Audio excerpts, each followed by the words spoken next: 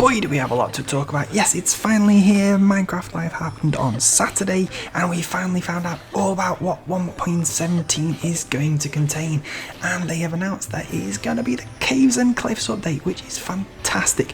So much stuff to get to grips with. This is going to be a quick video by me just sharing all of the things that they've announced and maybe some of my thoughts.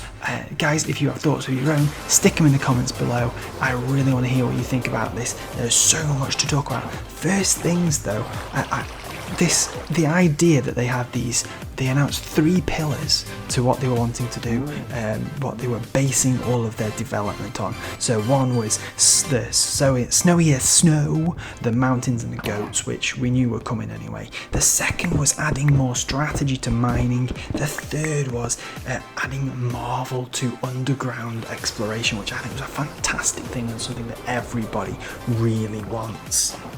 Particularly what I do like is that they were talking about the fact that they have been really careful to map all of their additions across lots of different playstyles. So as they were developing the 1.17 update, they have been being very careful to put stuff in for every different kind of player, and it really does show from what we've been given so far. So let's get into it and let's see what they've added to the game. The first thing we're going to talk about is the new biomes. We have loads of stuff here, and this is where they started in the actual live feed. They talked about the Lush Caves biome, loads of new plants, this whole new lush underground growth, which is fantastic. We got these few different specifics. One was the azalea trees, which I think is a really good idea to help people find these quickly and easily, because you don't want to be wandering around underground for hours and hours and hours trying to find these things. You want a slightly easier way to find them, so this was a really good start. And then we went underground and we found these glowing vines with a new light source now, which is going to be fantastic for builders. We've got so many more opportunities for some natural ambient lighting with them, which is great, and they really do make the underground that little bit more interesting. And also they had this spore blossom, this thing that emitting particles. They said they were going to be particles like what we have in the Nether in 1.16 update, but that you can mine them and put them in your base and have those particles. Some people are going to love that, some people are going to be a bit meh. I think it's a great idea. And then what I really liked, the thing that I was most interested out of the 4 new plants that they talked about in the Lush Caves was the drip leaf plant. This plant that when you stand on the leaves, they stand for so long and then they eventually drop you off and then they reset back, which gives us tons of new options for parkour, for making platforming and mini games. And I'm going to come back to this loads in the video, but there are so many of the things that they've put in now that are going to be great for playing mini games or making mini games.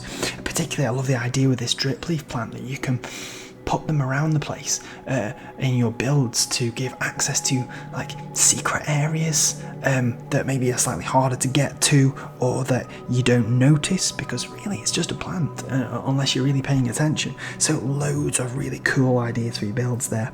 And the second biome we got was the Dripstone Cave. So we've got these stalagmites and stalactites, which again for me straight away I was thinking new obstacles for platforming, for mini games.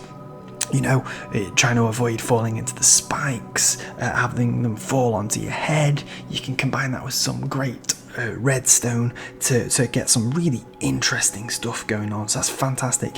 And then there's a third biome that they mentioned early on. They said there was a secret deep biome. Now I am assuming here that they're talking about the Skulk Caves, which they unpacked a little bit later on in the show, and they were just being cagey because they didn't want to give away too much too soon. So we're going to talk as if that is the case. Maybe it's not, and maybe we do have another mystery biome that we've not been told about yet, which would be even more cool. But I'm going to get onto that actually in the same way that they did when we start talking about the new mobs that have been introduced there and a few of the other different things. So before we get onto that, they also talked about the improved cave generation. This is fantastic because for me the caves as we have them now are fairly predictable. When you go into a cave, you know what you're going to get, apart from maybe the odd ravine here and there. You know, it's really all very samey. Now, they've said that there's going to be different kinds of cave generations. So they talked about spaghetti and Swiss cheese. They've talked about flat caves and tall caves and all kinds of different things. And what particularly is really interesting is they're talking about that the different types of cave generation and the different biomes are completely independent, so we're going to get lots of mix and match of all of those things, making them feeling really unique and really different. I mean, I can't quite wrap my head around this, but they were talking about the idea that there would be more biome variation underground than above ground, which seems a bit crazy, but fantastic if they've done it. So obviously that's all the cave stuff. What about the cliff stuff? Well, yeah, we knew they were doing this because this was talked about last year. This is their mountains. So we've got a few specific things that they've said they're putting in. First off is the new mob, the goats, which I will admit when I first saw them, I was a little bit, I'm not sure if I'm bothered about that. But hey, I'm sure they're going to have some uses. They don't tend to put stuff in that has no use. So I'm looking forward to seeing what actually the mechanics are around goats. I do like that whole butting people off the edge of cliffs thing. That could provide some interesting entertainment whilst we're playing. But next thing is this fantastic new terrain generation, these mountains, massive mountain ranges. And to be honest, when I saw that clip, I immediately thought, that looks like something that someone's hand done in World Painter. It's that good. I mean, I really hope that that's not just showing us the best of the best and everything's a bit of a letdown after that. I really want to see that that's like massive, expansive mountain ranges that are really epic, that will help us just get really into that building and being imaginative. It was fantastic. And the last thing in the mountains that they were talking about was this new powdered snow block, which they described as a trap block, which I thought was quite interesting. Again, yet another block that could well provide some interesting mechanics in terms of mini games, in terms of platforming style games and parkour stuff, obstacles to get around. It's fantastic. But as I said, we're now going to move on to what I think is the secret deep biome they were talking about, and this is where we find these skulk growths, as they talked about, and particularly the new it looks like a mini boss mob. I'm assuming it's a mini boss. It looks like it's got the stats to be a mini boss. This is the Warden, which it looks great. It's terrifyingly fast, frankly. Being someone who's not great at PvP, that's scaring the pants off me, definitely. But I love this idea of adding the sneak mechanic to the game. So, you know, having to be really quiet, really stealthy in order to avoid getting attacked gives loads more possibilities to the game. I love the skulks, being able to detect vibrations, so much possibility there. It's going to be amazing what people come up with. And particularly, again, not an area of my expertise, but they've talked about how they accidentally stumbled across wireless redstone. When you see this in the video where the skulks transmit those signals across distances, it's fantastic, really useful. I love the idea of being able to put switches to things and not have to find great long paths and routes to put the redstone, and particularly if you've got a build that you're trying to put redstone in, it's really hard to try and hide the redstone. So hopefully this will make redstone builds inside good looking builds much easier to do. It's fantastic. I would really like to know, by the way, does the Warden drop anything? What's the reward for surviving an attack by the Warden? There must be something, and I'm sure they're keeping that a little bit secret. So we've got goats, we've got the Warden, other mobs. Here we go, mobs. The Axolotl. This is great. I love these. They look fantastic. These little lizard-like creatures living underground in the water. Particularly, I'm interested how they've used them. This idea that they are like a little combat assist for underwater. Because obviously now we've had the underwater update for quite a while now, the ocean. So we've got the Drowns, we've got the Guardians, we've got all kinds of new underwater combat happening. And now we have some someone to come to our aid or something, should I say. But yeah, it only showed them attacking a guardian. I'm hoping, I think they talked about it attacking fish as well. I wonder if it will attack things like the drowned. It would be fantastic if they do, if they're just general combat helpers. I wonder if they attack fish, will they be a way of helping increase your fishing your output? You know, maybe bringing more food in, that would be really interesting. They also mentioned that there would be a healing mechanic if you use them properly, which is another, for me, a brilliant idea.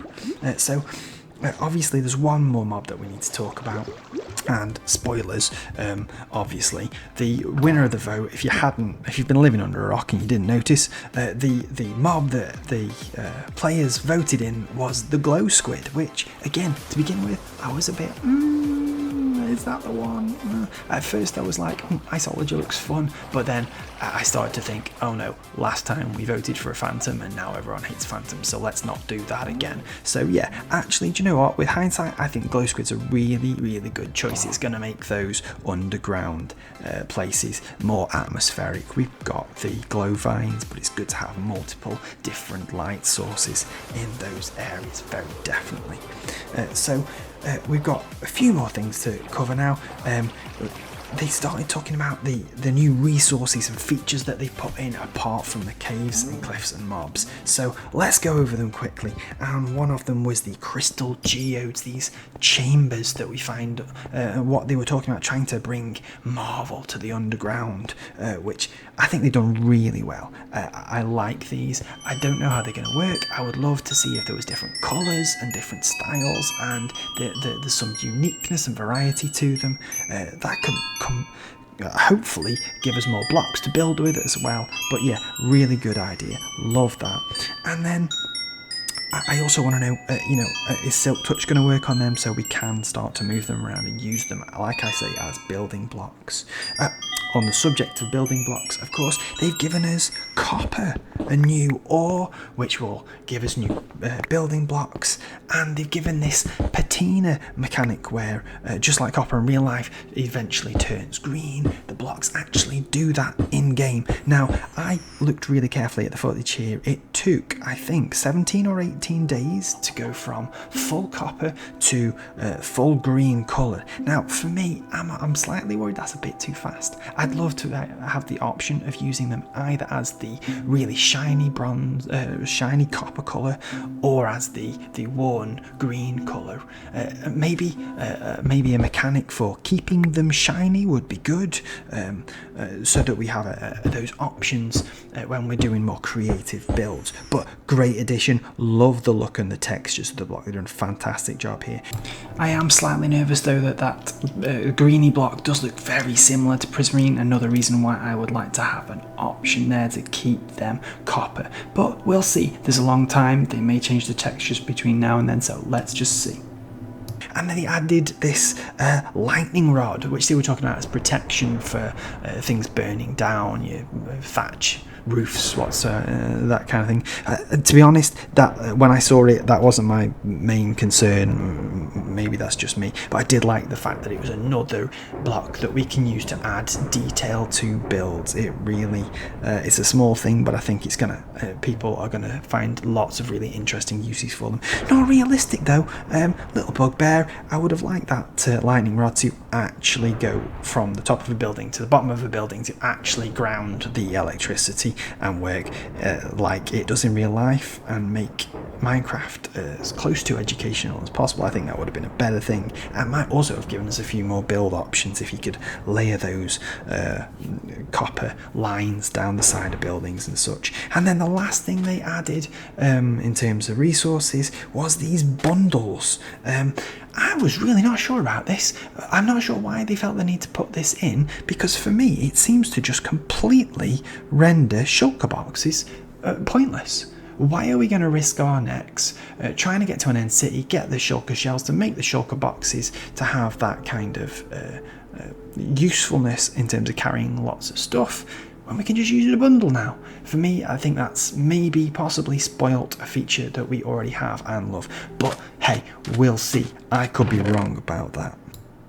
And finally, the last thing that they talked about well, it wasn't the last thing they talked about, it's the last thing I'm going to be talking about, is this new feature of Archaeology, which to begin with, there was a little bit, what's that about? They introduced the idea that you can get this new tool, the brush tool, which you can gently excavate away artifacts. And when we started pulling these artifacts out, I was like, okay, that's interesting, but what do we do with the artifacts? And then they showed that you can make these artifacts into pots, which I think is actually really good, again giving the builders in this game more detail blocks to really make places look interesting. I wonder if they're going to put more different ways of putting these artifacts together other than just pots. That would be really interesting, and I think would be a good thing, because that's a really useful block to make houses and buildings look interesting and decorative. So that's a really good idea. I was also interested in the way the brush took down very slim layers of the dirt blocks, means that maybe we have the ability to make more subtle curves with sand and gravel and dirt and other blocks like that, so that we can have more interesting undulations and curves and details. That's a really intriguing possibility for me. So yeah, lots to be interested about. Really want to get my hands on this now. It's going to be terribly long wait till next summer when we finally get it. But guys, what do you think? Hit me in the comments below. Tell me what you think, what was good, what was bad, what you think they missed, what you think really hit. And guys, yeah, get ready for another awesome update in Minecraft. Fantastic.